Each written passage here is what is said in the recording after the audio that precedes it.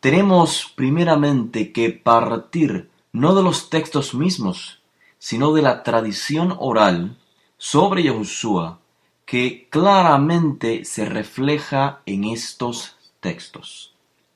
Y comprendiendo la existencia de una tradición oral y cómo ésta fue luego escrita por diferentes escuelas o diferentes expositores de la tradición, a la vez comprendiendo esto, también comprenderemos los textos apropiadamente y consecuentemente podremos tener una mejor apreciación sobre las diferencias que existen cuando se comparan los diferentes textos que narren un mismo evento. Nuestra evidencia más temprana de Yahushua de Nazaret claramente es los escritos de los primeros discípulos. Como dijimos previamente, la información histórica más detallada sobre Yahushua se encuentra en dichos escritos, lo que el mundo occidental ha llamado Nuevo Testamento. Específicamente, los así llamados 4 evangelios y los escritos de Shaul de Tarso, de los cuales vamos a tratar más adelante. Por supuesto, debo aclarar aquí que ni los documentos se llaman evangelios, ni son un Nuevo Testamento. Las copias más antiguas no registran estos títulos, evidenciando así que dichos títulos son el producto de concepciones tardías impuestas sobre los documentos, concepciones extrañas para los autores de los documentos originales. Pero de los nombres y demás vamos a tratarlo en otra ocasión. Brevemente, algo muy similar ocurrió con otros escritos famosos apócrifos, como es, por ejemplo, los escritos de Baruch, los escritos de Ezra, Enoch, o mejor dicho, los escritos que llevan estos nombres como títulos, porque el objetivo de estos títulos no es evidenciar que el escrito los realizó exactamente Baruch o Ezra o Enoch, porque por ejemplo la temática en los apócrifos de Ezra es cercana al primer siglo, sino que más bien el objetivo con el nombre o título puede tener como objetivo darle autoridad al libro. Así que desde nuestra concepción, los títulos en realidad representan el contenido del libro, aunque es un tema que vamos a tratar en otra ocasión brevemente. Entre paréntesis, para poner un ejemplo, notemos lo que se conoce en el mundo occidental como el libro de Mateo o el Evangelio de Mateo. Este título no circula en los manuscritos más antiguos. Por lo tanto, desde una perspectiva hebrea, leemos este documento y su primera oración dice Ele Toledot Yehoshua.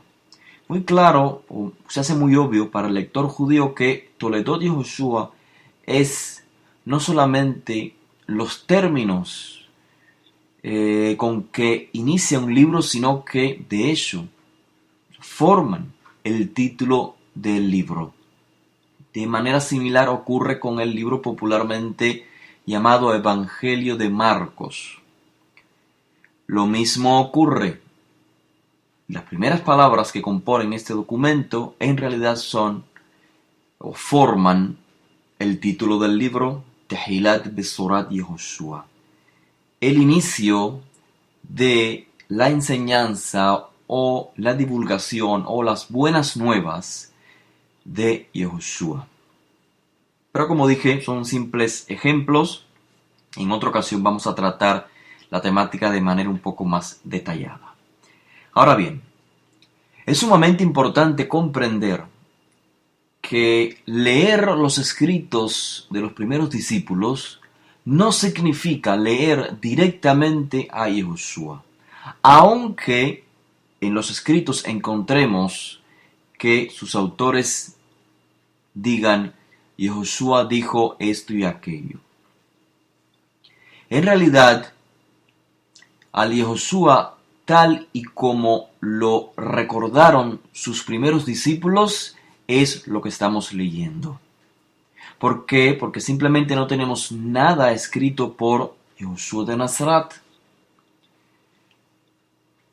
Repito una vez más, es importante tener claro que leer los escritos de los primeros discípulos no significa leer a Yahushua directamente, sino al Yahushua tal y como lo presentan sus primeros discípulos. Por lo tanto, desde un punto de vista crítico, puramente histórico y objetivo, esta realidad que acabo de decirles y que encontramos claramente en dichos escritos, significa o implica que de cierto modo no es posible encontrar las enseñanzas directamente de Yahushua detrás, o sea, aún detrás de los relatos concernientes a su vida, a sus hechos, a su enseñanza. Es posible no encontrar directamente lo que sucedió. Repito, desde un punto de vista objetivo, puramente histórico. Lo que sí encontramos es su enseñanza, pero expresada a través de sus discípulos, lo que ellos comprendieron. Y una vez más, esta realidad se debe simplemente a que los documentos no los escribió Yahushua. Lo que sí podemos hacer a través de los escritos de los discípulos es conocer el impacto que tuvo Yahushua sobre quienes lo conocieron, quienes lo vieron, quienes convivieron con él día y noche. Así pues, en términos claros y siendo objetivos una vez más, la tradición que se registra en los escritos de los discípulos no proporciona evidencia de lo que Yahushua hizo o dijo, sino lo que sus primeros discípulos recordaron que Yahushua hizo y dijo. Es importante tener esto en perspectiva. Y esta realidad está evidenciada en los propios textos, no es que lo diga yo, y un ejemplo claro es el popularmente llamado Libro de Lucas o Evangelio de Lucas. Capítulo 1, verso 1, no está de más decir que originalmente estos documentos no están divididos por los capítulos y los versículos en que hoy popularmente se han dado a conocer. Pero una vez más, es un tema para otra ocasión. En las primeras secciones del libro dice el autor: por cuanto muchos han tratado de compilar una historia de las cosas que entre nosotros son muy ciertas, tal como nos las han transmitido los que desde el principio fueron testigos oculares y asistieron en transmitir el mensaje. También a mí, dice el autor, me ha parecido conveniente, después de haberlo investigado todo con diligencia, desde el principio, escribirte. En otras palabras, por lo escrito, parece que el autor de Lucas no fue un discípulo directo de Yahushua de Nazaret. No fue un testigo ocular de los eventos alrededor de la vida de Yahushua. Él recibió por transmisión oral y escrita de parte de los testigos oculares. Esos son los discípulos que acompañaron a Rabbi Joshua, que convivieron con él. Así que cuando leemos los escritos de los discípulos, no estamos leyendo directamente a Yahushua, repito, sino lo que testigos oculares transmitieron y luego otros discípulos escribieron. Solo se puede percibir a Yahushua de Nazaret por el impacto que causó en sus primeros discípulos y estos en los próximos discípulos. Ahora bien, esto no quiere decir que lo registrado sea diferente a lo que Yahushua hizo y enseñó. En términos objetivos, no podemos saberlo 100%, pero quiero que entremos ahora en una cuestión muy importante que nos permitirá valorar, digamos, qué tan seguros podemos estar que lo que se registró en dichos escritos representa esencialmente las enseñanzas y los hechos de Rabbi Joshua. Porque no está de más decirlo, cuando comparamos lo que el mundo popularmente conoce como los 4 evangelios, sí notamos que hay similitud en las enseñanzas, en los hechos transmitidos, pero no se repiten con exactitud de términos. Y esto se debe a algo muy importante que era una realidad del diario en el primer siglo, la tradición oral. Así que para comprender esa temática es importante que prosigamos analizando la importancia de la tradición oral en el primer siglo. Tal vez en nuestros días resulte algo difícil imaginar lo importante que era la memorización en épocas antiguas en cuanto a la transmisión de enseñanza. Tener la capacidad de aprender de memoria enseñanzas y textos claves era algo estrictamente necesario para el estudiante judío en la antigüedad. Parte de su preparación era capacitarse para memorizar enseñanza oral, pues el estudiante estaba obligado a preservar las palabras exactas de su maestro. Para ello, obviamente, el maestro repetiría una y otra vez su enseñanza o sus alumnos podían escribir ciertas expresiones básicas que le ayudasen a memorizar la información. Y obviamente también el maestro sería responsable de que sus alumnos repitieran la enseñanza hasta que la supieran de memoria. A eso se debe el texto registrado en el popularmente llamado Libro de Mateo, capítulo 10 y verso 26. Lo que yo les digo en la oscuridad, háblenlo en la luz. Asher ani omer lachem, bachoshech imru baor. Y lo que escuchen al oído, cuéntenlo en el portón. Asher tishme'u la'ozen, sapru basha'ar. Por supuesto, esto no implica que las notas por escrito pudieron haber existido también, pero lo seguro es que no fueron estas, sino las tradiciones orales las que fueron normativas.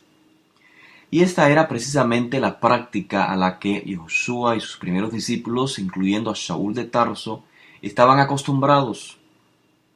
Las notas escritas eran solo una ayuda, un método de asistencia para recordar ciertos detalles destacados. De hecho, en la antigüedad, para la gente común, gente que no podía fácilmente conseguir papel y tinta, aprender de memoria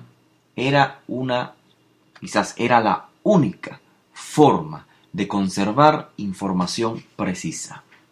Veamos un ejemplo en los propios textos de los escritos de los discípulos.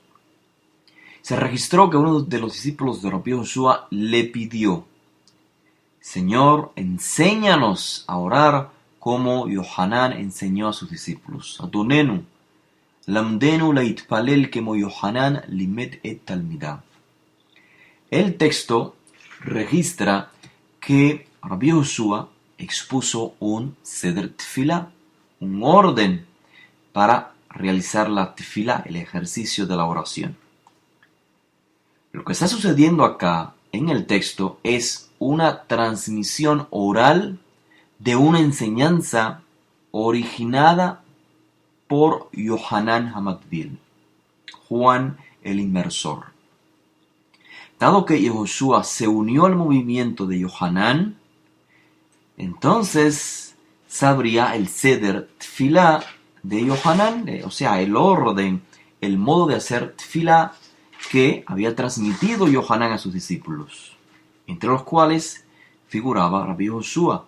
Luego, cuando Yehoshua tiene sus propios discípulos, y ese es el contexto en que se le hace la pregunta a Rabbi Yehoshua, enséñanos a realizar tefilá como Yohanan enseñó a sus discípulos, entonces Yehoshua transmite oralmente la enseñanza que había recibido de Yohanan en referencia a la tefilá, al seder tefilá, a un orden para orar. De eso y de esto hablaremos en otra ocasión, más adelante, cuando tratemos el tema de Yohanan Hamadvil como el rabino de Rabbi Yehoshua. Les decía que las primeras palabras con las que Rabbi Yehoshua expone o hace el llamado a los oyentes para que se unan al movimiento, según recopila la información el autor del libro de Mateo, las palabras son exactamente iguales a las de Yohanan Hamadvil. Hizru b'tshuvah shemalchut shamayim kerovah. Retornen con tshuvah. Vuélvanse con tshuvah, porque el Malchut Shamayim se ha acercado. Yohanan es encarcelado y nos dice el autor que Rabbi Yehoshua continúa el movimiento de su mentor, enseñando con las mismas palabras de Yohanan. Inclusive, la temática del juicio eminente, del hacha que está por cortar el árbol que no da buen fruto, enseñanzas de Yohanan, se vuelven a repetir, pero en boca de Rabbi Yehoshua. De esta temática hablaremos más adelante. En esta ocasión solamente estamos brevemente recopilando información que nos ayuda a comprender lo importante de la transmisión oral, de enseñanza oral en el primer siglo, y la evidencia la encontramos en los propios escritos. Transmisión de la enseñanza de Rabbi Yohanan ben Zecharia, popularmente conocido como Yohanan Hamadvil, la vemos no solamente en los así llamados evangelios, sino también en el escrito llamado Hechos de los emisarios. El autor registra que estando Yehoshua comiendo con sus discípulos, eso se encuentra en el primer libro, en el primer capítulo del libro de Hechos, Yehoshua les ordenó: no se ausenten de Jerusalén, esperen la promesa del Padre dentro de no muchos días, promesa la cual yo les transmití. 2 puntos. Yohanan ciertamente sumergió en agua, mas ustedes serán sumergidos en Ruach HaKodesh, en la influencia divina. El texto literalmente dice, respecto a la promesa, la cual oyeron de mí. La cual oyeron de mí. Pero esta expresión seguramente es idiomática, o sea, debe entenderse apropiadamente como la promesa que yo les transmití. ¿Por qué? Porque lo que se oye o lo que oyeron de mí técnicamente implica tradición oral. De hecho, aparece en la literatura rabínica la expresión según se escuchó, según se oyó, significa técnicamente tradición oral, transmisión de enseñanza de forma oral, lo cual efectivamente toma lugar en esta cita, en Hechos capítulo 1, el verso 4, respecto a la promesa de la recepción de Ruach HaKodesh o influencia divina. ¿Por qué? Porque el dicho que Rabbi Joshua dice, ustedes oyeron de mí, o el dicho que yo les transmití, realmente el dicho no proviene de Rabbi Joshua, sino que proviene de Yohanan. Y este dicho está registrado por el mismo autor de Hechos, que es el mismo autor de Lucas, en el capítulo 3, el verso 16, es donde se origina el dicho. Ciertamente yo sumerjo en agua, pero viene un seguidor mío, el cual hará la tefilá. Luego, el autor del libro de Hechos, en el capítulo 11 y el verso 16, repite, o mejor dicho, pone en boca de Shimon Kefa, el líder, el discípulo líder, después de Rabbi Joshua, pone este dicho de Yohanan en boca de Shimon Kefa. O sea, no solamente Rabbi Joshua repite el dicho oral o la enseñanza oral, sino que también, según el autor de Hechos, Shimon Kefa la transmite, y de hecho también Shaul de Tarso, en el capítulo 19, verso 4 del libro de Hechos, repite básicamente el mensaje esencial respecto a lo que hizo Yohanan y lo que tomaría lugar con Rabbi Joshua, la Tefilá.